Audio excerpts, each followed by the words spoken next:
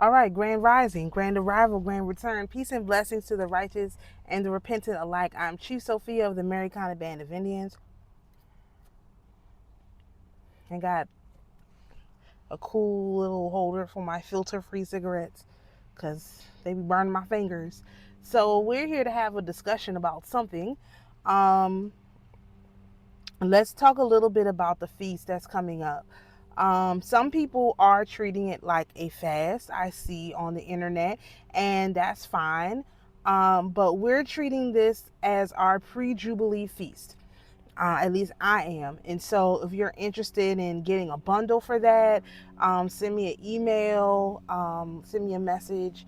They're $100. The video is going to come out shortly. That'll tell you what exactly is in the bundle. There's also a bundle for the Cancer Dark Moon that's coming up. So if you're interested in that, you can get both of them at the same time. It's like $150 if you get both, or $100 for the pre-Jubilee bundle and $50 for the Cancer Dark Moon bundle. And as I mentioned in previous videos, the reason why we're moving in this direction of celebrating the Jubilee is because how can you have something that you don't believe? A lot of people now, I listen to a lot of different readers, and they're all talking about Jubilee, which is crazy because I've been talking about Jubilee. I announced this fast like a month ago almost. And people, nobody was talking about nothing. Then you have somebody announce a fast when you're supposed to be feasting, and just take more, taking, which is okay. I mean, you're willing, free and capable of doing that if you want to just keep giving without getting anything in return. But it's out of alignment with the energy and the way things are supposed to go. Like, you're supposed to celebrate as much as you fast. You just are. Like, the reason why they had so many fasts is because the celebration part was already ingrained into them. They didn't have to do something special to know, hey, it's time to celebrate. We have to do this, we have to do that. That was built in. Even because I'm still going to make a video about this, hopefully before it starts, but just know that the feast starts on the 16th, which is on Friday. Even before God did anything else, like, he created everything, he did all the work, and then he took a rest day. And we have to operate like that. Like, they just, it's been pointed out to me that in the Bible it says that they will confuse all the timelines so much that you could never really get into alignment with what's going on. But this time period since 2022 has been a readjustment period of trying to put us back on the proper timeline.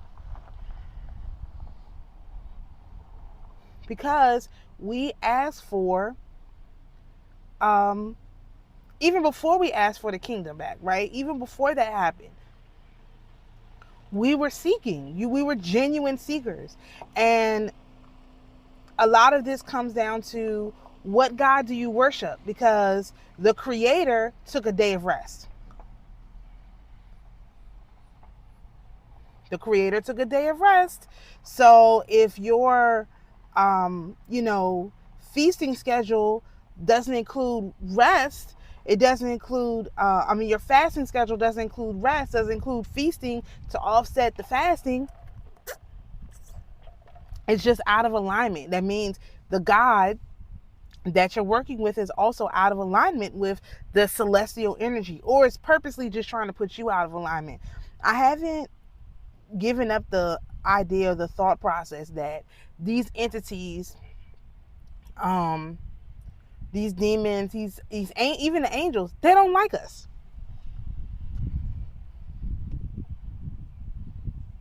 Because we were put in charge of them. We were given charge of them. We are here to judge them.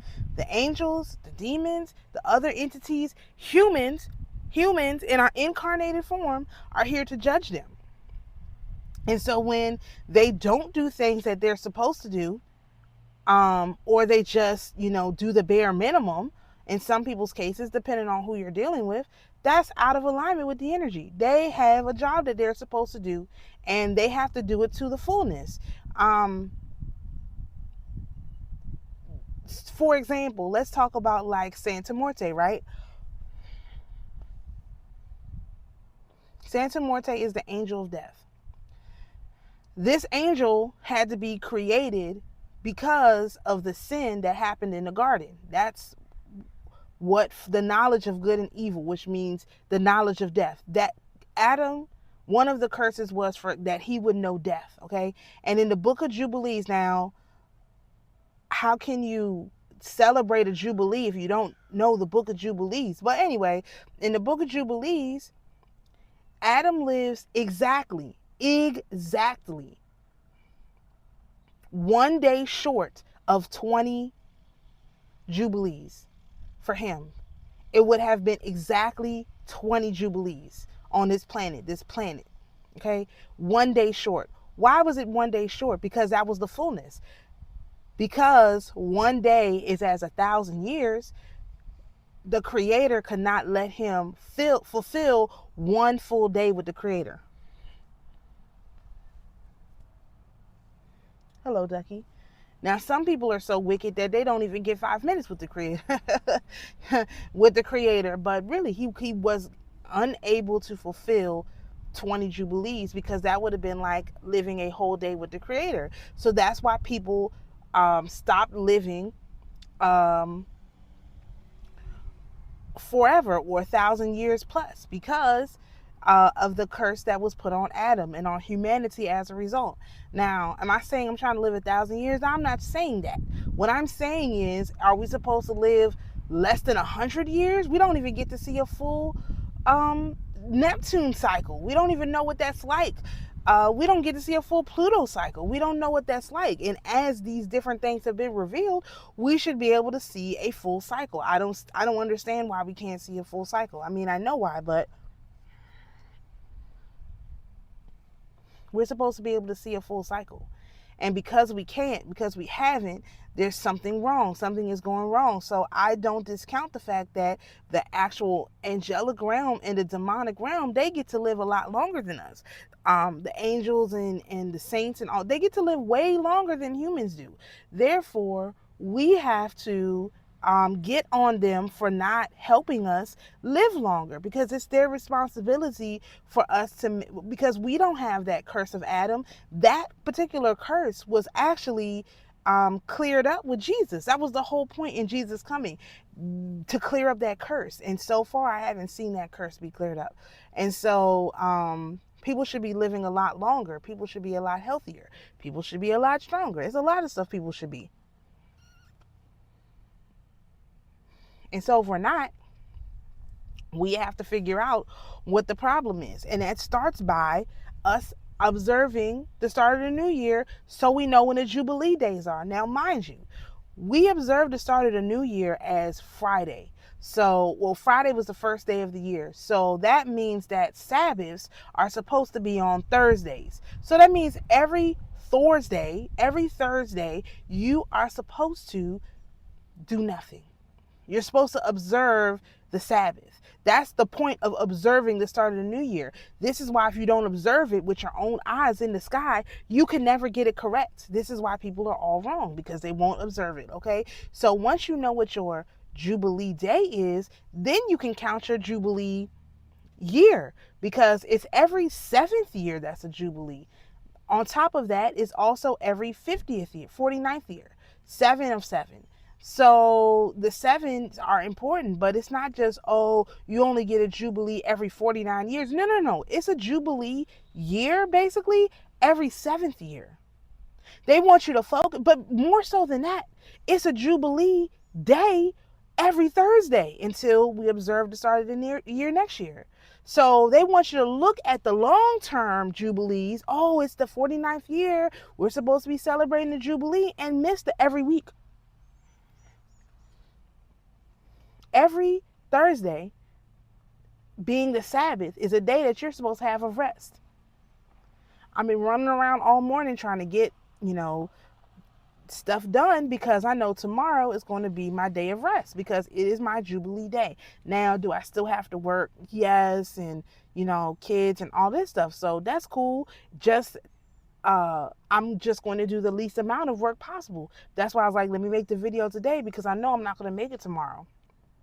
Y'all will probably see a few videos from me tomorrow, because I'm going to make a bunch, as many as I can today, so that I can put them out tomorrow. But that's because today is the Jubilee day, and then the feast starts on Friday. So there's a lot of videos that need to be made between now and then. But I'm not going to make any tomorrow. And if they're late, then they're late. It just is what it is. Like, you have to do your best with what you have. Because I have to go to work. I still have kids, and my work is tied to my kids. So there's no way I can get out of that. Not now, not yet, but that is something that is definitely going to be in the works as soon as I figure out, more of how this is supposed to go. But in the meantime, you're supposed to be doing what you can. If the Sabbath is on Thursday, that's not a day you can fast, because it's the Sabbath.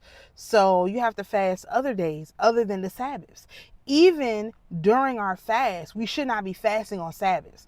That's something that I'm going to dig into before our next fast, which is in August, to see if there's a precedent for that.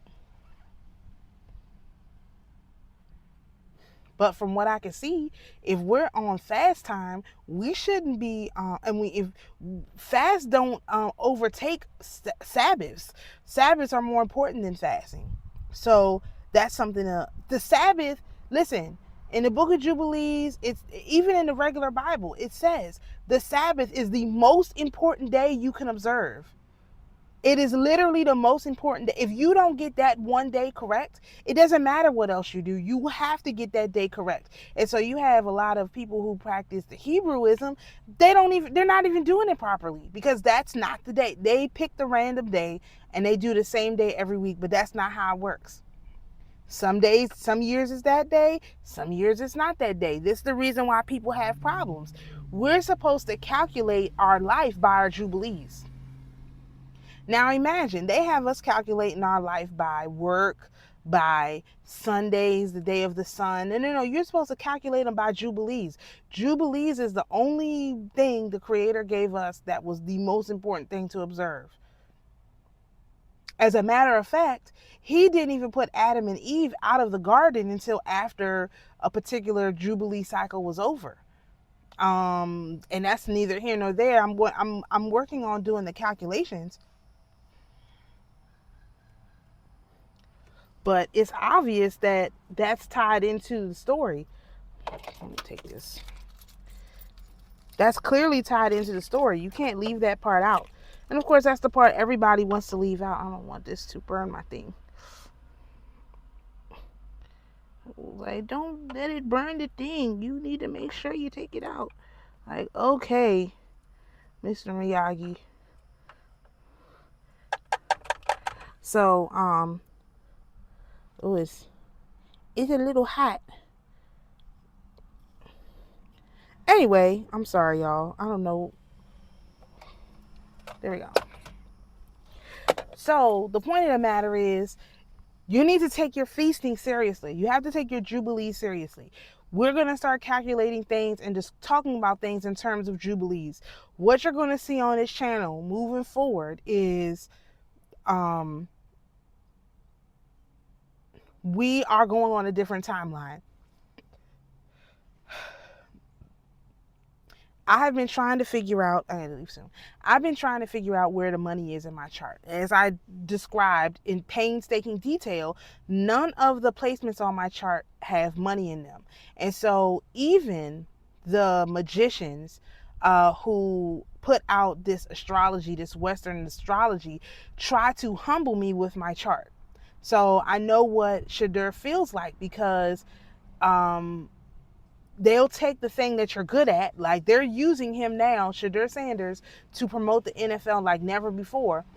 Never before they've done this with a rookie, ever. So after they quote unquote tried to humble him, they're using him to promote their stuff. So this is what's going to happen. since there's no money in my chart, that means I need to have access to the monetary cycle of the planet. There is a monetary abundance cycle of the planet, and I found it. And I'm doing now my due diligence in documenting it so that I can present it properly. But since I know what it is now, and based on how we calculate things, which is from new moon to new moon, from fullness to fullness, and new moon in, oh, I mean, not new moon, full moon to full moon, fullness to fullness. Full moons in astrology are known is an opposition. It's when the sun opposes the moon, and they call that an opposition instead of the fullness. Like, that's the fullness. Like, why would you just call that the fullness? You know what I mean? Same thing with the squares. They call the squares, it was squares is a harsh aspect. Well, actually, it's actually a cardinal point. So you have one planet and you have another planet at the cardinal point of that planetary cycle. That's kind of important. And they describe everything in terms of negativity. Well, I figured out how to describe it in positivity. And being that I do believe that this is correct, I mean, because I don't have money in my chart. So they would say to me, even though everything in my chart says money and influence and power and abundance, they, if I just listen to a regular astrologer, they would tell me, well, you don't really have any money in your chart, so you probably need to just devote yourself to work and this and that. Or rather, another way I interpreted my chart was I would have lots of money if I didn't have kids. Like, I had to sacrifice my money when I decided to have kids. That's another way you could read my chart, 100%. And I just reject that. I'm like, okay, well, I had kids because I don't have anything in those houses, 4, 5, and 6. Those are blank for me. Fourth house is home, like your mother, all that kind of stuff. Fifth house is relationships, like with your family and kids, and sixth house is health. I don't have nothing in none of those houses. So basically that tells me I came here with all I needed for that. But most astrologers not reading it like that. They read empty houses as, oh, well, basically you don't have no influence over that, and they read it as a negative. But I can take it as a positive if you know what the outside cycle is, if you know what the bigger cycle is of that planet. So for example, with abundance, the bigger cycle would be a Jupiter cycle. But Jupiter and what? And that's what I'm going to discuss. But for the other cycles, the fourth house is ruled by the moon, the fifth house is ruled by the sun, and the sixth house is ruled by Mercury. So I need to be looking at Mercury, moon, and sun transits in order to understand how to compensate for those empty houses. That's how you would, and because I have nothing in that chunk, on the other chunk, which is 10, 11, and 12, I got tons of stuff. So you gotta, it's multiple ways you can interpret a chart. And if you look hard enough, you can find a solution to a problem in a chart. Not only is everything in your chart, solutions to problems that you have within this matrix are also in the chart. Now, fullness to fullness. So when you look at a cycle that's from the opposition, which is the fullness, to the next opposition, this puts you in a totally different timeline. Everybody, I've listened to a lot of channelers and whatnot, and their solutions for getting on a new timeline are very, very complicated. And some people need complicated. I understand that. I don't like complicated. So I'm looking for simple solutions. And the simplest solution that I can find is literally to just, instead of following the cycles that are from new moon to new moon, conjunction to conjunction, follow cycles that are from opposition to opposition. When that very simple change, so for example, something I've been talking about, they calculate the lunar new year based on the first new moon in the year. Well, in February, really, which is, again, it doesn't make any sense. It's totally nonsense. Okay, it's arbitrarily chosen. Okay. And the way I calculate the start of the lunar year is from the day after the Pisces full moon. That starts the Aries new moon season. the day after the full moon, because we go from full moon to full moon here. So once you reach the day of the full moon, the next day is the start of the next season. So we just had the Scorpio full moon. This is day 2 or 3 of the Libra, oh no, Sagittarius full moon cycle. You count from full moon to full moon, not from new moon to new moon. So based on those that understanding, we started our lunar new year in it was September the 19th. That was the start of our lunar new year. And that lunar new year doesn't end until this year. It ends like sometime in August. It's not exact because of the way the lunations work, but it's sometime at the end of August. That's when we start our new lunar new year. And so basically we haven't even entered the 8-8 portal, the 8, because we're still in 2024 fullness to fullness cycle. We're still in 2024. So that means 2024 is an 8. So that means our 8-8 portal that everybody was last year, it's the 8-8 portal. No, that was the 8-8-7 portal. That was close, almost there. But this year on 8-8 will be the real 8-8-8 portal. So also, what does that mean? We're not in the year of the dragon yet. We're still in the year, we're not in the year of the snake yet. We're still in the year of the dragon. So you can see the dragon nature of the year, but people are saying, oh, that's the dragon year holding over. No. The dragon year, we're just like 3/4 of the way through the dragon year. You haven't even seen the whole dragon year yet because of where we are in the cycle. So you have to really understand like oppositions or fullness, the fullness cycle. That's what we're talking about, and that's how we're going to moving forward. And it's important to let you guys know that because I'll keep saying it over and over, but like there's going to be new people eventually coming to the channel, and a lot of this stuff is going to be totally foreign. This is a completely foreign system to most people, and we've just been observing it a little bit. We haven't even been really observing it, and I haven't even done a video on it, so I haven't even given the whole breakdown of how it works. But you just have to start thinking from this term. Oppositions aren't bad. It's good for you to stand in your full power, and it's good for your partner, your kids, your whoever to also stand in your full power. There are times when you guys stand together as one. That would be a conjunction. That's not bad either. But to start the cycle together as one doesn't make any sense. You start the cycle at opposing ends, and you end up together, and then you go back to opposing sides. That's a full cycle. Not starting together, breaking up, and then coming back. That's not a full cycle. The full cycle is when you separate again. So in a relationship, you start out not knowing each other, and then you get to know each other, and then one person dies and the other person dies. If you get divorced or whatever, one person leaves and another person leaves. That's a full cycle when you both can go back to your individual power. Or if you get married, when one person dies, the other person dies. That's the full cycle. That's the fullness of the cycle. That's why the marriage vow is until death do us part, because they understand that's when the cycle is complete.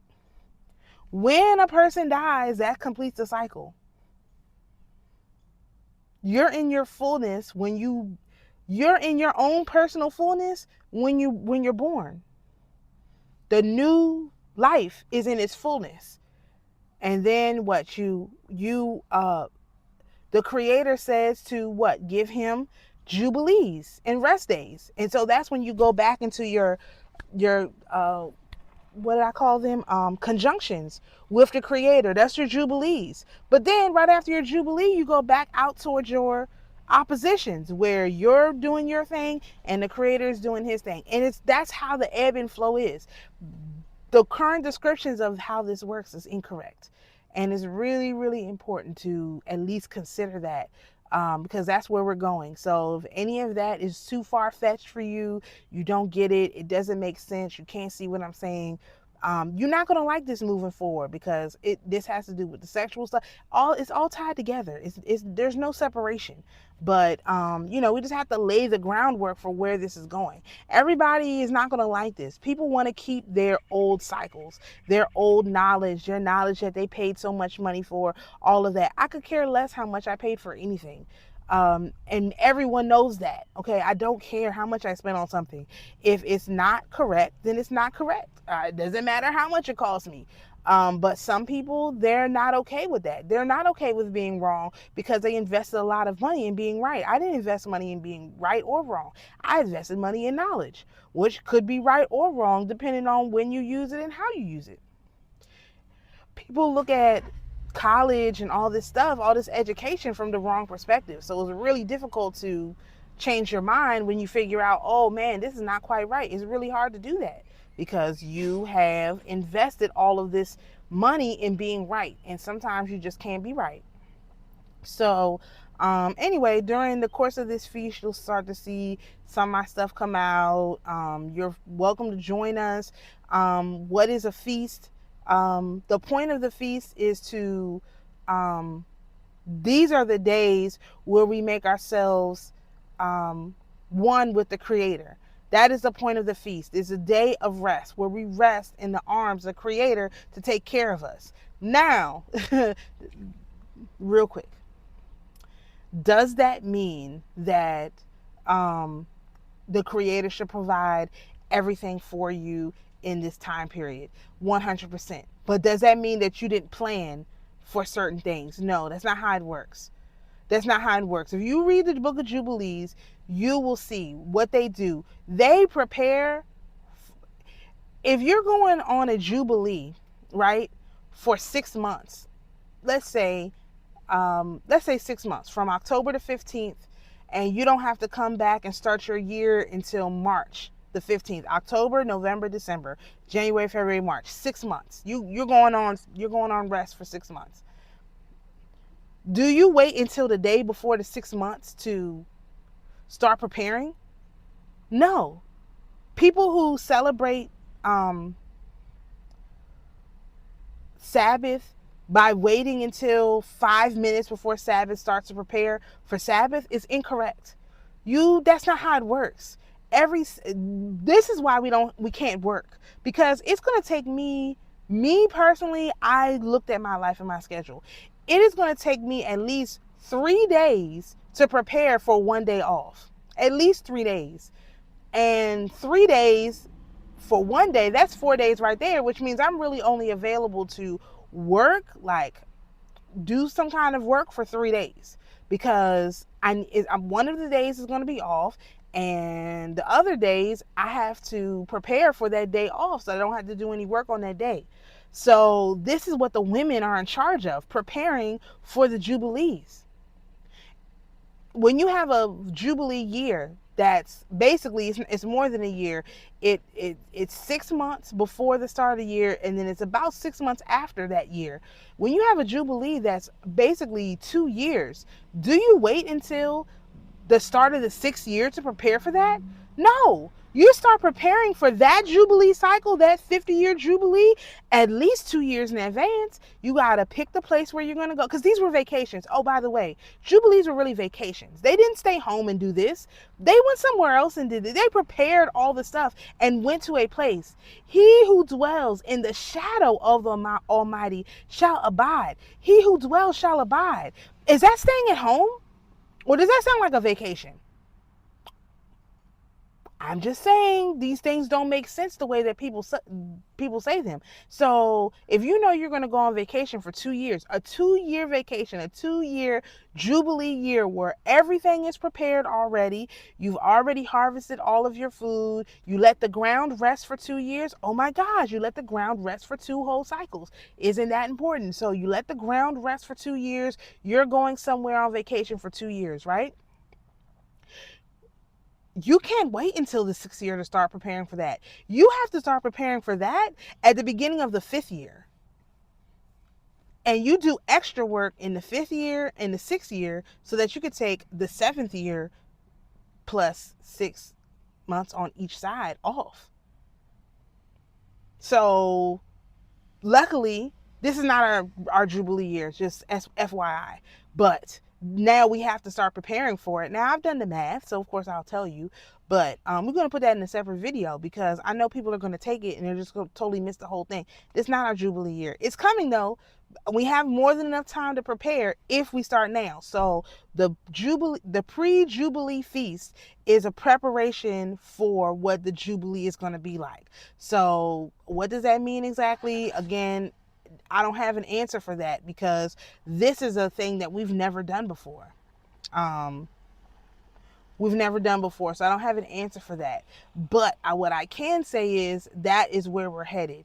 This is these feasts that's going to be every year during this time period is the preparation for the actual Jubilee that's coming, where we will take a year off, 6 months on each side, and reset our nervous system. We have to do some work before we get to that point, and I understand that. Actually, I'm grateful for that because it gives us an opportunity to do some more research and really get in position.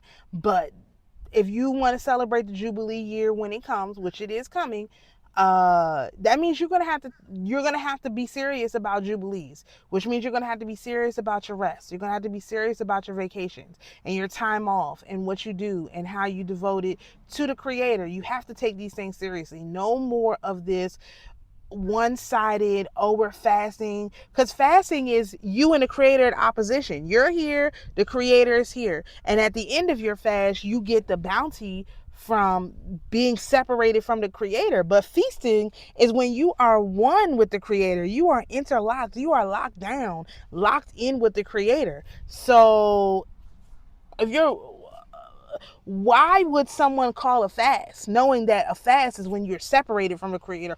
Oh, I gotta prove to the Creator that I'm this and I'm that. No, I don't. I don't have to prove nothing to the Creator. I do it out of form of respect, knowing that, things are not right. It's not proving to the Creator that I'm good enough. That's crazy. He created me. How could he create someone who's not good enough? How can a Creator who created everything create someone who's not good enough? Just think about that. That's what they're telling you when they're saying fast, fast, only fast. You're not good enough. You'll never be good enough because you could never do what the Creator said that you have to do. That's not what happened. The Creator said to observe the Sabbath and make it holy. As a Jubilee, as a mini Jubilee every week, as a mini opportunity to unite with the Creator. That means don't do servile work. So does that mean you don't have servants that help you? No, that's not what it says. Of course they had servants, but once you get used to this, you can plan it out so that your servants can get the day off too. Everybody can see the reason why they don't want us to be in charge, because we will figure out how to give everybody some rest. They want people here to have nervous systems that are totally out of whack. And I don't agree with that. I don't like it. I don't agree with it. I don't want it. I don't accept it. So as a result, we're going to do something different. And so if you're interested in that kind of thing, it's coming on this channel. But if you don't want that, if you want to continue to fast and humble yourself, because as if the I shouldn't say that.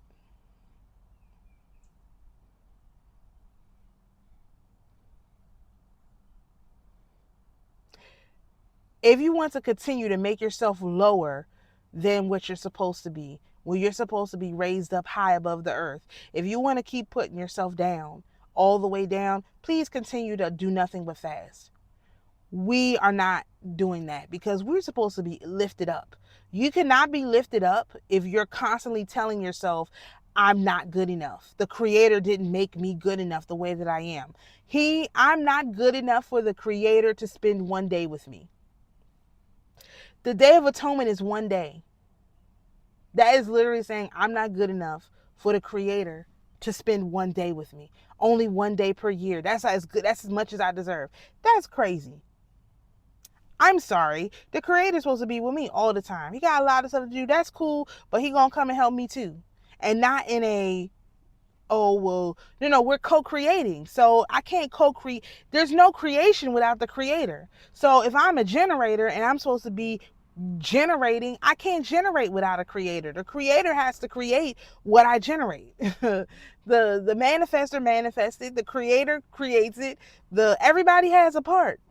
The projector projects it, the reflector reflects it, the manifesting generator makes it go, makes it go, makes it go all on their own. Everybody got a role, but none of my role is not the creator. My role is not the creatrix. The creator has to come and be with me. So I need a day to sit back and be with the creator and put my focus on that. So I didn't know what this was going to be about, but y'all got a great update there. I hope. Peace and blessings to each one of you all, and we'll see you in the next video.